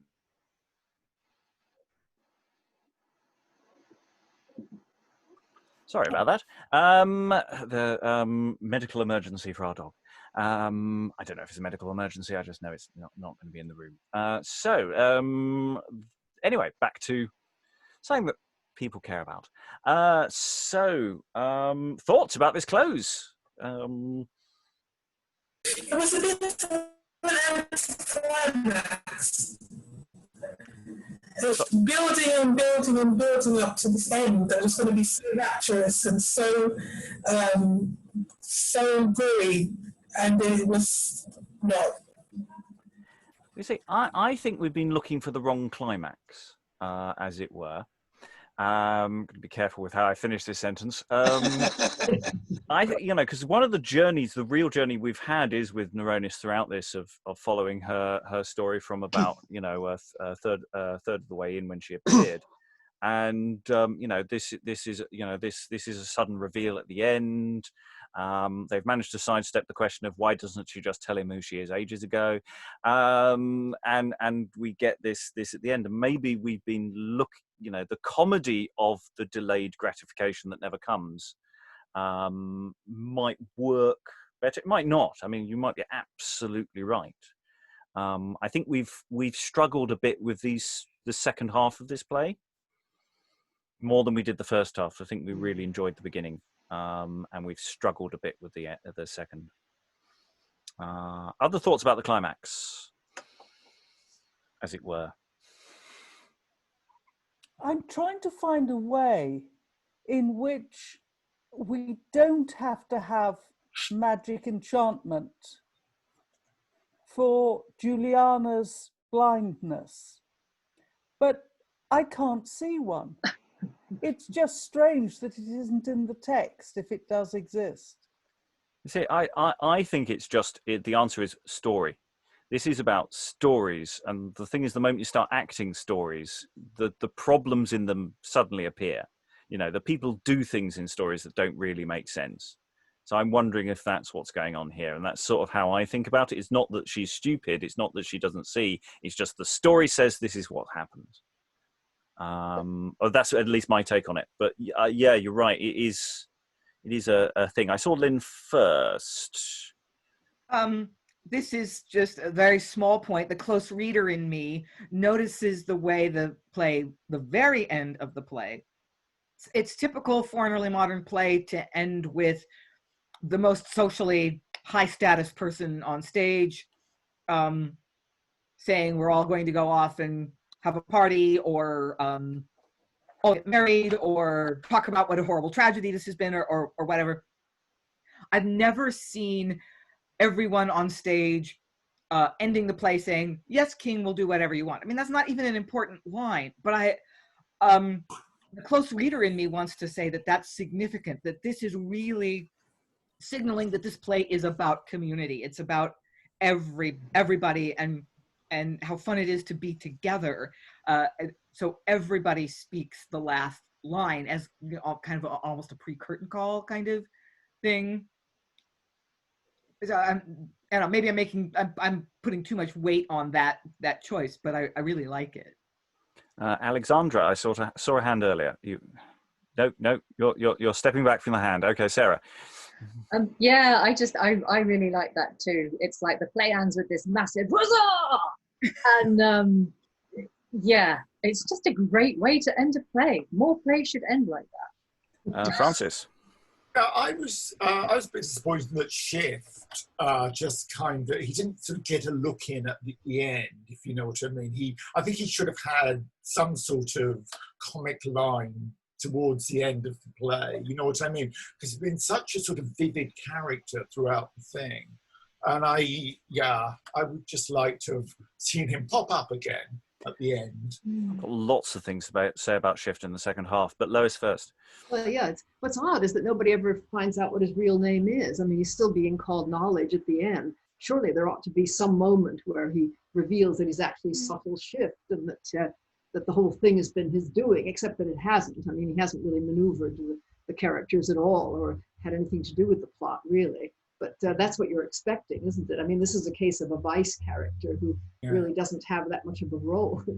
Yeah, I think certainly if I was doing it, I would basically take out the idea that he has two names and just give him, you know, he's just a servant who's a bit untrustworthy. I mean, it might still call him Shift, but the idea that he goes around with a different name, it doesn't seem to achieve anything in this narrative at all. And it, you know, we were talking about morality plays in the first session, and, you know, where did that go? Sarah? I feel with Shift, and I think this might be one of the reasons why I felt yesterday sad slightly, in spite of the fact that there was so much comedy in yesterday's session. I feel that Shift sort of had a disservice done to him by the appearance of Corin. It was like the moment Corin turned up and did all his fantastic comedy stuff, Shift just seemed to pale into the background. And then even though Corin went away and turned back into Clamydes, probably, it's like he never really got his groove back. Like the character he was in the first half, he just sort of melted away a bit. He is solely used, apart from a few asides, as exposition. He has no function in the plot in the second half of the play. He comes on and he makes speeches which we're frankly looking at cutting. So he basically disappears. And that has a parallel somewhere else, which I'll come to later. Alan, I saw a hand. Yeah, I'm just wondering whether the actor playing Shift had actually got a booking for a late night show the same night and left halfway through. Well, because the second half he's not doing anything useful. He's there a lot though. He's just not doing very much. I mean, he's on stage for most of the session we've done now. He's just not saying anything. But he is almost omnipresent. Lois. Yeah, just another thing that occurred to me is that usually the climax of a morality play is the discovery of the real names of all the vices who've been going under an assumed name. And in this play, the climax, or at least one of the climaxes, is the finally the discovery of Clyomon's name. I mean, it's as if the whole, hide my name plot has been displaced from the comic vice to the romantic lead. The thing I really like about Shift actually in this very final section of this final scene is that Shift basically walks back on stage, having got rid of Bryan, and goes, right, have we done all the bits in the play? Because there's some plot bits we may not have done yet. It gets very meta. Yeah. And, it's like, are you sure we're finished? Because everyone seems happy, but I think you'll find you've forgotten something. But my character doesn't know about it, so I can't say any more. That seems how it seems to flow. And I find that really interesting. I like that actually about what Shift does in this. I think it's the one element of this final scene for Shift that I think works very well, actually. Lynn? Yeah, his structural place seems to change in the second half. He's the crowd control agent. He's the bailiff who takes the guy to prison. And then he's the sort of omniscient character who says, oh, by the way, we're in a play and we haven't quite tied all the loose threads up yet. So he turns from this sort of anti-authority figure to an authority figure. Very odd. Mm. Well, he does shift a lot. I mean, that's that's the element of his name that I think works, is that he just keeps changing, and that he's not necessarily a vice. He's just someone who just can't sit still. He's got ADHD. That's my note. Other thoughts about we can drift now into the play overall for those who've been here for, and most of us have, for most of the sessions, even if you've missed some bits. Not going to call sort of last orders yet, as it were, because we're still relatively early. But yeah, any more general thoughts about the play overall? I have lots, but I'm going to pass the buck around a bit first. Lois. Yeah, I'm wondering about just what kind of stage this was intended for, because there's so much talk of spectacle that doesn't happen. It makes me think that it was originally written for an absolutely huge arena theater where they actually did all this stuff, and then taken over by a smaller touring company that knew it wasn't going to have the facilities for it, and then rewrote it. It looks to me a bit like rewriting anyway. I mean, there are some bits that just don't hang together that might have been the result of rewriting, but it seems to me to have just been cut down in scope. Weirdly, I think it's the complete opposite. I think it started smaller and it got expanded. And got slightly untidied, which I'll expand upon in the future. Other thoughts? Helen? I'm quite interested in the idea of just how much of this play takes place off stage. That you need a large offstage presence of noises and crashes and bangs and roaring surf and mariners and heaven knows what, because it isn't only the ship. There are also various fights. Things do happen a lot, and this could actually be made quite a thing of, that the audience keeps on seeing odd legs and things appearing and then disappearing again. I think it could be quite amusing that so much of the play has to be in the audience's imagination. We're assisted by sound effects. Standing looking into the wing going, woo! Yes. Ooh! That must have hurt. Yes. Alexandra. That would actually be a really fun way of doing the dragon fight. Is giving the impression that we're about to watch it and then just watching people watch it and comment on it. I was going to add to Helen's point that, yeah, I really liked, I said this in a different session, that I really liked this idea of the world just off the edge of the stage, right? It's there, you can't see it because you can see this, but you can't see that, but it's there, I promise you. I think in a I don't know what they would have done at the time, but in a production now, yes, I agree. That would be a really fun thing to play with in a theatrical sense and in meta-theatrical ways. And I think that would help to, ground or kind of make acceptable in an audience's mind the similar problem that we have, or we seem to have, with the narrative anticlimaxes. If the whole point is build up, you don't see it in both a visual sense and in a narrative sense, then as an audience, we sort of go, oh, okay, that's your style. And we're willing to accept more of one because of the other. I think it would be interesting to look at. Yeah, I think that's this play's gimmick, is that nothing ever happens. And this will not be the first time we've seen a play do that from the 1560s and 70s. All survivors of King Darius, please put your hands up. Other thoughts in the room? Okay, I keep saying a thought. So the second half of this play And Elizabeth brought it up first, A Marriage of Wit and Wisdom. In A Marriage of Wit and Wisdom, the vice character called Idleness is active in the plot for the first half, and in the second half turns up every so often, gives a speech, and then goes away again. And it felt very similar to that. And then overall, it's this sort of spoofy quest story. It feels very similar to that. There are certain points, there are a few crunch points in the play. You could get it down to 8. I think if you slightly changed what some of the characters are, you could probably get it down to less, possibly down to even 6 at times.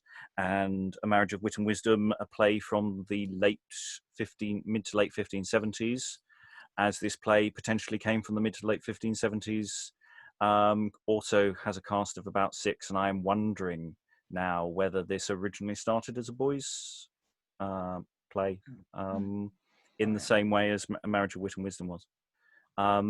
This is a reach. I'm absolutely going to preface this is a total reach from things, but just having done that play, they seem weirdly similar in so many lots of little ways. And then as it has been appropriated by the Queen's Men, it's been slightly expanded, different things. But the way that Shift starts off as something like a morality figure, but that all the edges have been cut off, and other things there. The general fun, the general making fun of genres, which is something that school plays and boys' company plays seem to do. I haven't seen many adult companies be quite so free with this material yet. We may yet find that, I don't know. And of course, we don't know what's hidden in the stuff that we don't have. But yeah, that parallel just sort of struck me today really hard. The advantages and the disadvantages that form gives sort of matches this play. That it's something smaller originally, and then expanded and given a slightly different life. But that could all be nonsense. But it was fun saying it out loud.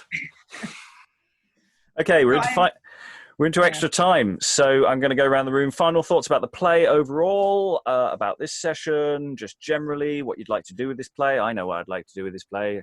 Do it many, many times is what I like. This is just like Marriage of Wit and Wisdom. This is Panto season play in bold. So, Alan, final thought from you, sir. I think the first half of it worked reasonably well. The second half, to me, felt much more fragmented, as if bits are missing or bits have been interpolated because they've been successes elsewhere. And the sheer number of plot lines that get started and then peter out just feels a bit unsatisfactory. I think it needs quite a heavy edit to make it work. It is a long play. I mean, it is not short by any stretch of the imagination. Lois, final thoughts? I think it would work quite well if we did the cutting that you suggested, get rid of that whole usurped kingdom plot. I think the ending is actually very nice. I mean, it's every comedy ending you've ever heard of, all nicely rolled into one, and 2 people claiming to be the same person, and disguised girl finally revealing herself. I mean, the audience would be in raptures, recognizing the sources of an awful lot of plays they know. Yes, an honourable duck there. And Elizabeth, final thoughts? Oh, yes. I liked the relationship between Wit and Will in Marriage of Wit and Wisdom. Because Will was Wit's page, he was his man, his boy. He was a few years younger than him, and he was always quite antagonistic. Even though he was his boy, he wasn't always on his side. And it just reminded me of that. Neronis as the page to Clyomon. So I do like the reveal, the big reveal at the end, because Sarah's mentioned it, and I thought she's right. That I do like the big reveal at the end, but I would have liked a little bit more gore than just a head on the sword. I'm sure it could be arranged. In your production, Lots more limbs, flying on stage there. Dan, final thoughts? I keep wanting to say how much I really enjoyed the play overall, and I feel like I did for the first 3 quarters. And the last part, even though it kind of ticks all the boxes of what these plays normally look like, I just felt the denouement was, I don't know, it was a little unsatisfying, I guess. I don't know if it's because of Shift and the fact it's sort of unresolved, like as we were saying. And I recall there was another play we did where the clown character just kind of, we never find out what happens with him or her. It didn't bother me before. It's bothering me a little this time. The text does feel like you were saying, Rob, that it was a shorter play that was widely expanded, but there were things that were certainly, I would not say certainly, I hate to say that. It feels like there are lots of parts abridged, which account for the reasons why there might be some loose ends in there. It certainly doesn't help that I said this in the chat about Thomas Creed, who's a very experienced printer. He's Green's words of wit and several plays throughout the 1590s. That's just a really messy text. And it doesn't seem that he took much care in terms of trying to have it cleaned up, which accounts for, I think, I guess some of the difficulty with it, considering it's a really long text to begin with. It feels like it really needs some cutting, some major cutting. Yeah, any play that's 24,000 words, frankly, is always going to get the blue pencil from me. It's especially if it's a comedy. I think Lynn said this the other day. You know, that's just too long for a comedy. Helen, final thoughts? Yeah, I like it. I like it very much indeed. I can quite see that the if you're going to do it as a play rather than as a serial, then the usurpation plot, the inheritance plot has to go. And I also see totally, I admit completely, I thought this was a play about geography, and it really isn't. All that work I did on working out where everybody was and how they happened to meet and where they were going to and from is completely wasted. Oh, I wouldn't say that. I'm going to produce I'm going to produce some kind of chart at the end of this. I will get around to doing that, because I think there's not wasted at all. We just have to decide where we're putting the Isle of Strange Marshes.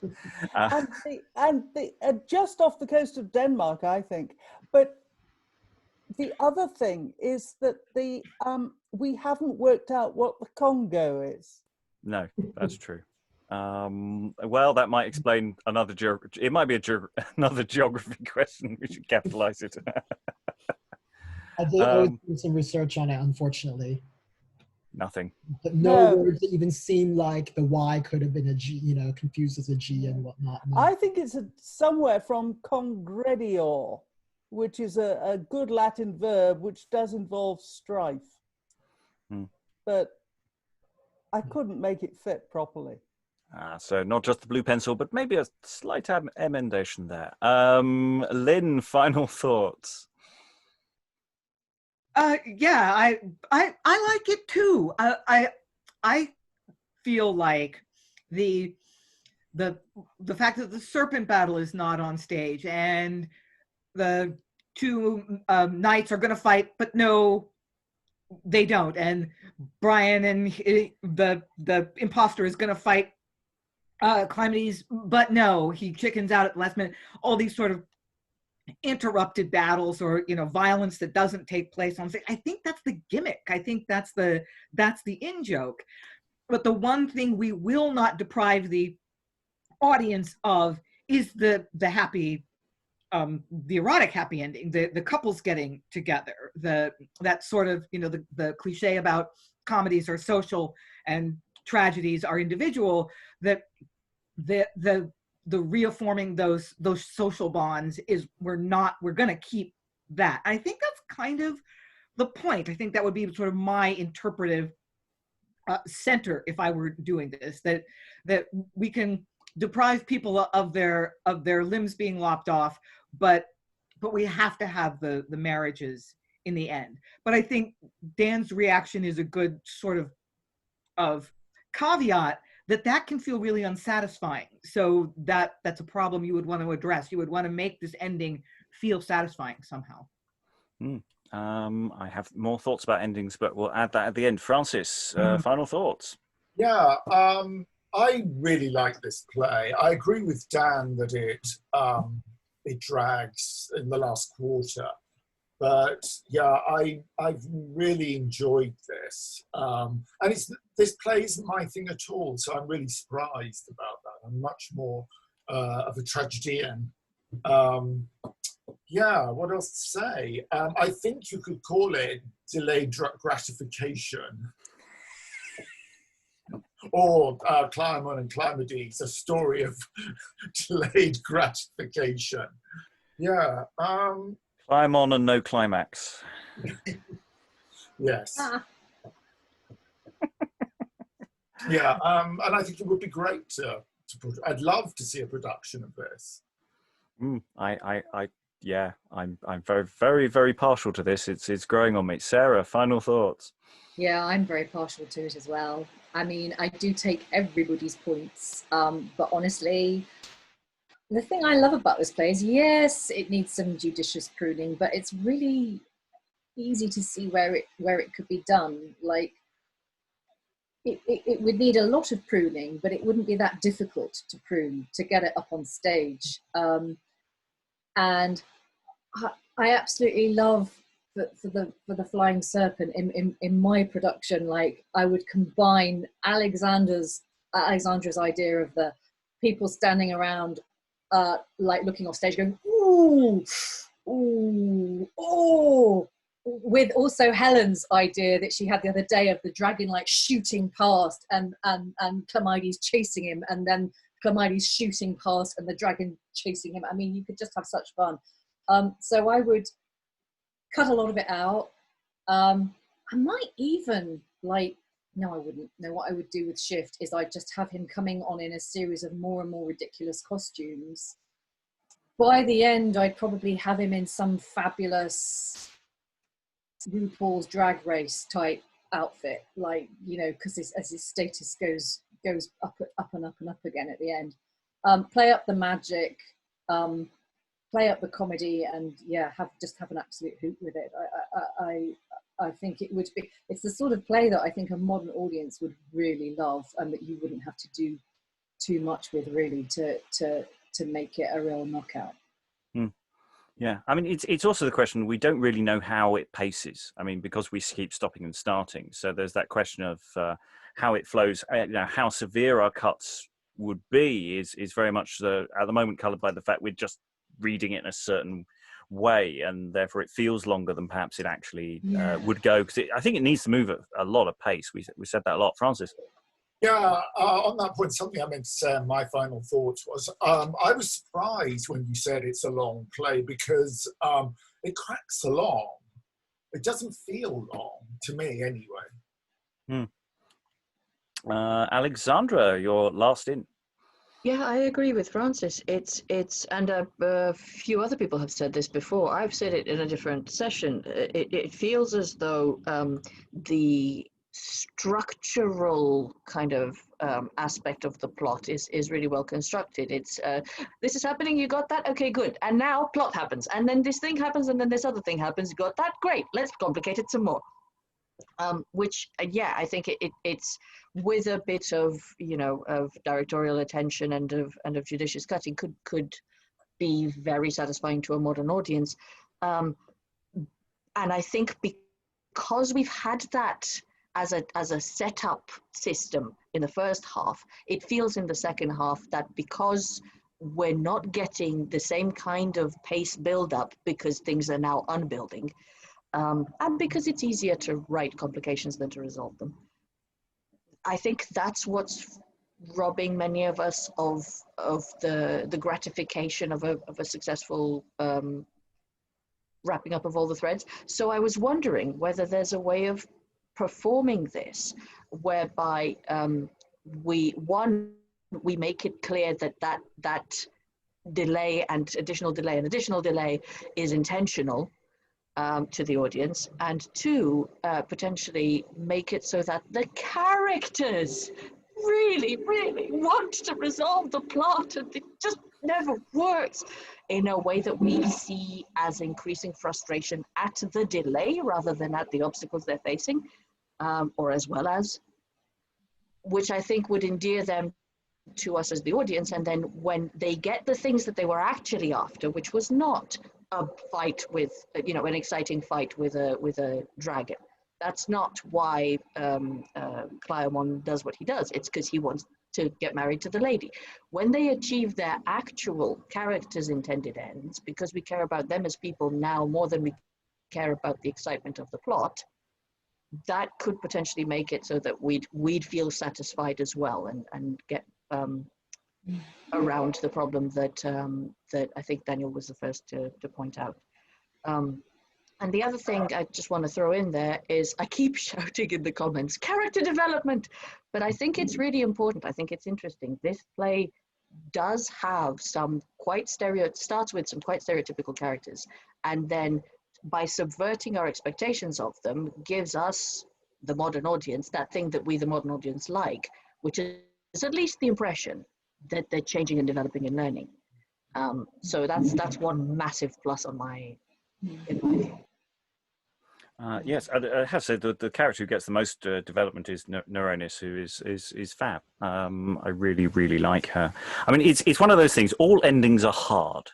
It is always hard, especially with a complicated narrative wibble wobble thing that this is, which is deliberately complicated, and stuff is going on and the complications pile on. Tying it all up satisfactorily is always going to be hard.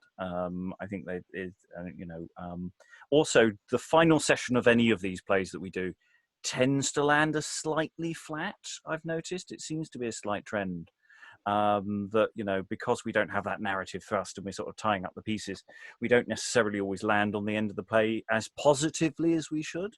But that doesn't mean that the criticisms made are not wholly valid, because I think there's a lot of really strong points there. But I think there's a lot that can be fixed.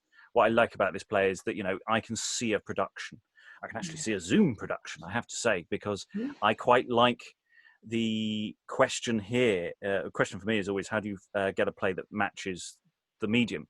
And at the moment, this is a medium that involves square boxes, and I see this like a comic strip, with people in boxes talking to each other, and a situation where you can do art drawn backdrops in front of people, and everyone's holding cardboard cutout costumes and armor. So I can see something that is actually very cartoony, and there were times when all I had in my head was the Dick Barton theme tune. Will they resolve this position? Will they manage to escape from the terrible dungeon of the sorcerer Bryan? Find out next time. And so it's one of the few plays where I felt actually it fits this medium actually quite well, with a bit of time and thought thrown into it. In a way that I really haven't felt with a lot of other plays. So I'm really quite enthused about this one as a live show, and as something that might work in the virtual world. Sarah, I saw a hand flying up earlier. Do you want to throw something in? Yeah, I love that idea. But going back to the thing of staging it live,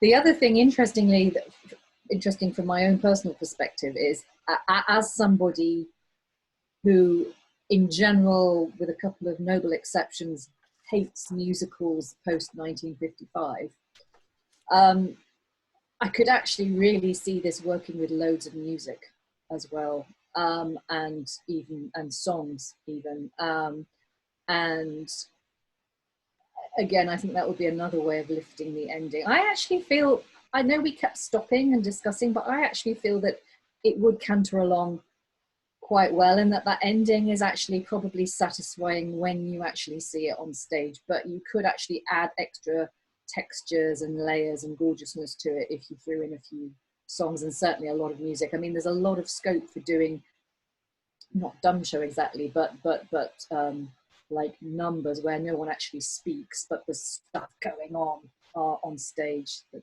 I think would give it extra layers. Oh yes, there's so much additional business that could be added to this all over the place. That I've, you know, if it wasn't for the fact we're worried about running time, the more you add, the longer it gets. You could cut loads of other stuff out, and you know, find your space, make room for it. Dan, were you? Just a quick point about the children's play. I was thinking that at first, but then there weren't enough. Not only there were not enough songs, but then not enough even places for songs where they would just fit into the text, I thought. We've only got one song at the moment. Yeah, exactly, just the one song, but it certainly doesn't seem to take advantage of the children's singing abilities when normally the songs are interpolated directly into the text rather than as detachable pieces. Well, I, for one, agree with you, though. We should have a lot of songs in this, or music in it. I'm not so sure. There's quite a few plays where they just randomly say we're going to sing now. So you know, when it turns into, when the Queen's Men got on hold of it, they went, "Nah, sod that for a game of soldiers." We ever heard Telton sing? God no. He can play his drum, but no, don't let him hold a tune. I don't know if that's true. I'm just making this up, by the way. Lois. I was just thinking that our production could probably be more satisfying if we actually did something with both Bryan and Shift at the end. I mean, the simplest thing would be for, I don't know, Bryan to give Shift some money, and Shift shrugs his shoulders and Bryan exits, obviously escaping from them, or something like that. And then, I don't know, Shift could do something at the end that would sort of resolve his role. I'm sure you could think of something brilliant. I actually see the problem with Shift is on the other end, is that he's too important at the beginning in a way that I don't think represents what his character is about. If he's just a chancer who's just happens to be about rather than a vice, then I think it solves the problem of tying him up at the end. He's just some bloke who's around. Alexandra. Quick theory on that. I was wondering when we started debating the whole vice character type quality of Shift at the beginning, I was wondering whether that's not just someone using shorthand, going, okay, this is a character stereotype that is of this sort. Everybody knows what that is. Okay, let's go for it. Let's go with it. And now I'm kind of thinking that's potentially, at least for our purposes, that's the easiest thing to do, is to sort of go, right, ignore I'm not finding the word here, the tradition of mystery plays entirely, because a modern audience doesn't know it anyway, or many people don't, and, you know, give this character the requisite amount of importance and the requisite amount of resolution for it to be interesting, but not overtake the story. You know, that's a decision that we can make, obviously, but I was wondering earlier on whether that potentially is something that would have originally been in the text, you know, it being chosen as a, you guys know what I'm about, right? As opposed to with a full vice storyline. Dan. Obviously we have no idea when this prologue was written, but when you do look at it, there's references to fortune and then reference to the idea that virtue from the root of vice might openly be known here. I mean, obviously vice can be represented by sans foy, Malfoy, and Shift there. But just the idea that, at least the way that this was presented at one time, they seem to be wanting to at least introduce it to the readers or to the audience in that sort of way there. That is not to say that we have to, in our production, do it that way, but at least somebody tried to structure the piece that way at one point. Yeah, it's now that we've come back to the prologue, having done the play, the prologue does seem even more generic and not necessarily really about any, and it could be any play, actually, almost, as long as it vaguely touches on virtue and vice. Okay, any final thoughts? I'm going to close the session. I think we've got a lot to chew on here with these two two noble, these two valiant knights, good old Syr Clyomon, Knight of the Golden Shield, and Syr Clymides, the White Knight. It's lovely spending some time with them. We may spend some more time with them in the future. Otherwise, all that remains is to say thank you to all the readers today, and goodbye. Bye. Bye.